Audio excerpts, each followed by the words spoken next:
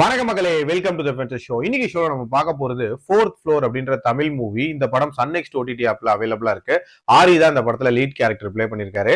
ஒரு அபார்ட்மெண்ட்ல இருக்கக்கூடிய ஃபோர்த் ஃப்ளோர்ல இருக்கக்கூடிய அமானுஷங்கள் அண்ட் மர்மங்கள் இதை மையமா வச்சுதான் இந்த கதை நகருது. ஆக்சுவலா அந்த அபார்ட்மெண்ட்டுக்கு புதுசா குடி போறாரு நம்ம ஆரி. இவர் வந்து ஒரு ஐடி எம்ப்ளாயியா இருப்பாரு. தன்னோட கேர்ள் ஃபிரெண்ட் கால் பண்ணி கூப்பிட்டுருப்பா தனக்கு ஒரு எமர்ஜென்சின்ட்டு. அதனால சென்னை வந்து அங்க குடியேறாரு. வந்ததுக்கு அப்புறமாட்டா அந்த கேர்ள் ஃபிரெண்ட் ரீச்சும் பண்ண முடியல. அண்ட் அந்த அபார்ட்மெண்ட்ல அவரை சுத்தி இருக்கக்கூடிய நெய்பர்களும் ஒரு மாதிரி வினோதமா இருக்காங்க.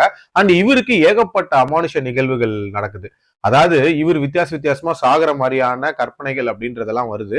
இதுக்கெல்லாம் காரணம் என்ன, இதுக்கு பின்னாடி இருக்கக்கூடிய மர்மங்கள் என்ன, அந்த கேர்ள் ஃபிரெண்டுக்கு என்ன ஆச்சு, டுவர்ட்ஸ் சைடு என்ன ஆகுதுன்ற மாதிரி நிறைய விஷயங்களை சொல்லக்கூடிய ஒரு படம் தான் இந்த படம். ஃபோர்த் ஃப்ளோர் டைட்டில் வச்சிருக்காங்களே, அந்த 4வது மாடியில் அப்படி என்னதான்டா இருக்க போகுது அப்படின்ற ஒரு எதிர்பார்ப்போட இந்த படத்தை பார்த்தா பூரா வெட்ட வெளியால இருக்கு அப்படின்ற மாதிரியான ஒரு ஃபீலை கொடுத்துட்டாங்க அப்படின்னே சொல்லலாம். ஹாரர் மூவினா கொஞ்சமாவது பயம் அண்ட் எக்ஸைட்மெண்ட் அப்படின்றது இருக்கணும்ல. இந்த படத்துல ஸ்டார்டிங்ல இருந்தே அப்படி ஒரு விஷயம் அப்படின்றது இல்லவே இல்லை அப்படின்னே சொல்லலாம்.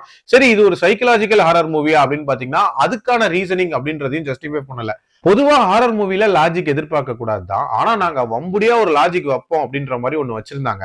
அது பயங்கரமான குபீர் மொமெண்டா இருந்துச்சு. அதாவது நம்ம ஹீரோக்கு பேயே போன் பண்ணி பேசி இந்த நபரை போய் பாரு அப்படின்லாம் சொல்லுது.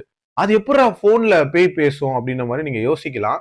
அந்த பொண்ணை புதைக்கும் போது போனோட சேர்த்து புதைச்சிட்டாங்களாம். அதனால வந்து அங்க இருந்துகிட்டே வந்து அது கால் பண்ணுதுன்ற மாதிரிலாம் காட்சிகள் வச்சிருப்பாங்க. சரி, அப்படிதான் வைக்கிறீங்க அப்படின்னா அந்த உண்மைகள் எல்லாத்தையுமே அந்த பொண்ணு போன்லயே சொல்லியிருக்கலாம்ல, எதுக்கு இந்த படம் அப்படின்ற மாதிரியான ஒரு மிகப்பெரிய கேள்வியை எழுப்புது. வில்லனை பொறுத்த வரைக்கும் பாத்தீங்கன்னா ஒரு ரியல் எஸ்டேட் மாஃபியா அப்படின்ற மாதிரி ஒன்னத்தை காட்டுறாங்க. சரி, அதுல நடக்கக்கூடிய சம்பவங்கள் உண்மையா வேணா நடக்கலாம். ஆனா அத்தனை பேரை கொலை பண்ணிட்டு அசால்ட்டா திரியுறது அப்படின்றதெல்லாம் வந்து எந்த ஊர்ல சாத்தியம் அப்படின்றது தெரியல. ஓவரால் ஒரு உப்பு சப்பு இல்லாத ஒரு பேய் படம். என்ன பொறுத்த வரைக்கும் ஸ்கிப் அப்படின்னு தான் சொல்லுவேன். என்னோட ரேட்டிங் 2.1 அவுட் ஆஃப் 5.